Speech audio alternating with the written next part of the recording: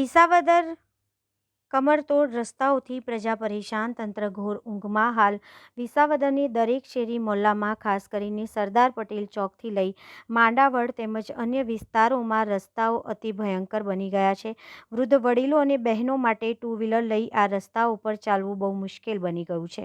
રસ્તાઓ વચ્ચે મસમોટા ખાડાઓના કારણે રાહદારીઓ પણ આ રસ્તાઓ પર ચાલી શકતા નથી. લોકો આ ખાડાવાળા રસ્તાઓના કારણે ત્રાહિમામ પોકારી ઉઠ્યા છે. લોકો માંગણી કરી રહ્યા છે કે જલ્દીથી જલ્દી આ રસ્તાઓ રિપેર કરવામાં આવે. હાલ તો રસ્તાઓ ઉપરથી ડબલ સવારી જતા લોકો ખાડાઓના કારણે લપસી પડે છે. ભવિષ્યમાં કોઈ જાનહાનિ થશે તો જવાબદાર કોણ? આવા પ્રશ્નો ઉઠી રહ્યા છે. લોકોએ વારંવાર રજૂઆત કરવા છતાં જાણે કે તંત્ર ઘોર નિંદ્રામાં ઊંઘી રહ્યું છે તેમ કોઈ જ પણ જવાબદાર વ્યક્તિઓ આ બાબતે ધ્યાન આપી રહ્યું નથી, જેના કારણે લોકોમાં પણ રોષની લાગણી ઉઠી રહી છે. કોઈ અકસ્માત ના બને તે પહેલા વિસાવદરના આ ખાડા ખબડાવાળા રસ્તાને રિપેર કરવામાં આવે તેવી લોક માંગ ઉઠી રહી છે.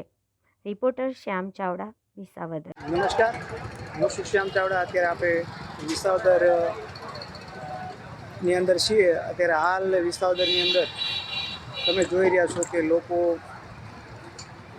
રોડ રસ્તાથી કેટલા પરેશાન છે.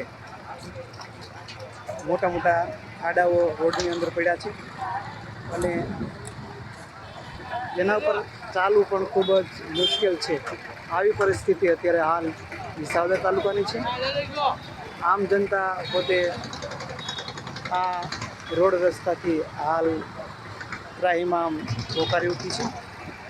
વૃદ્ધ વડીલો વગેરે રસ્તા ઉપરથી પસાર થતા પણ ડરે છે, કારણ કે હાલ આ રસ્તા ચાલવા લાયક પણ રહ્યા નથી. ત્યારે તંત્રને વારંવાર રજૂઆત કરવા છતાં આ બાબત કોઈ પણ પ્રકારના પગલાં લેવામાં આવ્યા નથી અને લોકો આ રસ્તાથી હાલ ખૂબ જ મુશ્કેલી અનુભવી રહ્યા છે. આપનું નામ શું? મારું નામ કુંદડિયા વલ્લભભાઈ રામજીભાઈ, આમ આદમી પાર્ટીના સક્રિય કાર્યકર છું અને મોણી અમારું ગામ છે.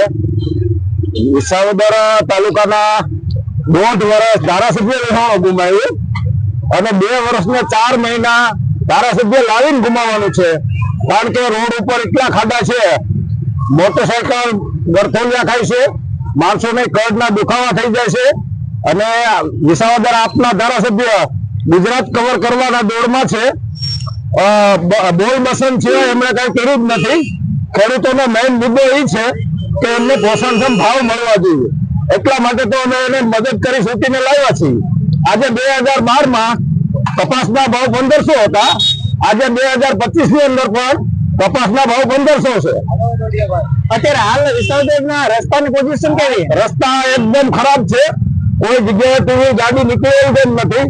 એ પછી લાલપુર થી ઘોડાસણ નો રફ રસ્તો પણ ચાલી શકાય એવો નથી. ઉમરાળા અને વાજડી થી નવાણિયાનો 5 કિલોમીટર નો રોડ પણ બનાવી શક્યા નથી અને બોલ બસન સિવાય એમની પાસે કઈ છે નહીં. અત્યારે હાલ અહીંયા અકસ્માત થવાની શક્યતા એવી પૂરેપૂરી શક્યતા છે. રોજ એક 2 મોટરસાયકલો બૈરાઓ સાથે ગરથોલિયા ખાય છે અને એમને ઉભા કરવા પડે છે એવી પોઝિશન છે અત્યારે. અગાઉ ક્યારે આ રસ્તો આપણે અહીં રિપેરિંગમાં કઈ કરેલ ખરું? નહીં, રિપેરિંગમાં ધૂળ નાખીને ન્યા જાય, વરસાદ આવે પાછા ખાડા પડે છે, એટલે અત્યારે હાલી શકાય કોઈ પોઝિશન નથી. કેટલા સમયથી આવી પોઝિશન છે? આવું 4 મહિનાથી આ પોઝિશન છે. આપ મીડિયાના માધ્યમથી શું કહેવા માંગો છો? ધારાસભ્યને એક અરજ છે કે વિસાવદર તાલુકાના ગામડા અને તાલુકા પ્રોપરની અંદર જે રોડ રસ્તાના કામ છે, શિક્ષણના મુદ્દા છે, ખેડૂતોના મુદ્દા છે, એની ઉપર પૂરતું ધ્યાન આપે. વિસાવદરનો રોડ હવે સારું કરે તો સારું. એમ કેટલા સમયથી ખરાબ છે? અને આ 3 મહિનાથી એમને માલે એવું છે. આમાં કઈ ફેરફાર થતો નથી. આવડા મોટા ખાડા હોય તો પછી ધંધે લાગી જાય છે. વાહનમાં મુશ્કેલ થતી છે આપણે. અરે ગજબ. અકસ્માત થવાનો ભય રે ખરા? અરે કઈ આમાં ગોતું મારી જાય. આ રિપેર અગાઉ કરાવેલું ખરા કે રિપેરિંગ થયું? ખબર નથી પડતી. રિપેરિંગ તો કરેલું છે જ નહીં. આ લગભગ 3 મહિનાથી તો હું આવું વાહન હાલે નહીં એવું. કેટલો ટાઈમથી છે બાપા આવું? સરકાર કોઈ ધ્યાન દેતું.